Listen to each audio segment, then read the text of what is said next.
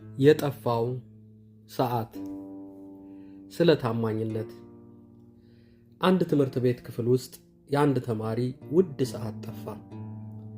መምህሩ ሁሉንም ተማሪዎች እንዲወጡና ግድግዳውን ተደግፈው አይናቸውን ጨፍነው እንዲቆሙ አዘዙ። መምህሩ የሁሉንም ኪስ እየፈተሹ ሲሄዱ ሰዓቱን አንዱ ተማሪ ኪስ ውስጥ አገኙት። ነገር ግን መምህሩ ሰዓቱን ከተማሪው ኪስ ካወጡ በኋላ ፍተሻውን እስከ መጨረሻው ተማሪ ቀጠሉ። ሲጨርሱም ሰዓቱ ተገኝቷል፣ አይናችሁን ግለጡ አሉ።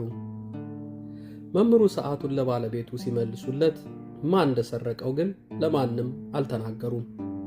ለልጁም ቢሆን በግልም አልነገሩትም። ከዓመታት በኋላ ሰዓቱን ሰርቆ የነበረው ተማሪ ትልቅ ደረጃ ላይ ደርሶ መምህሩን ሲያገኛቸው ያኔ ለምን እኔ እንደሰረኩት ተናግረው አላዋረዱኝም ብሎ ጠየቃቸው።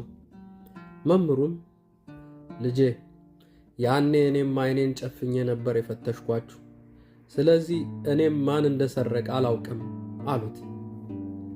ትውልድን በብልሃት ማስተማርና ማነጽ ታማኝነትን ያጠነክራል።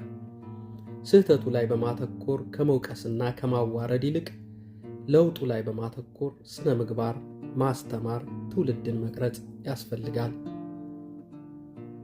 ሰላም ለሁላችሁ ይሁን።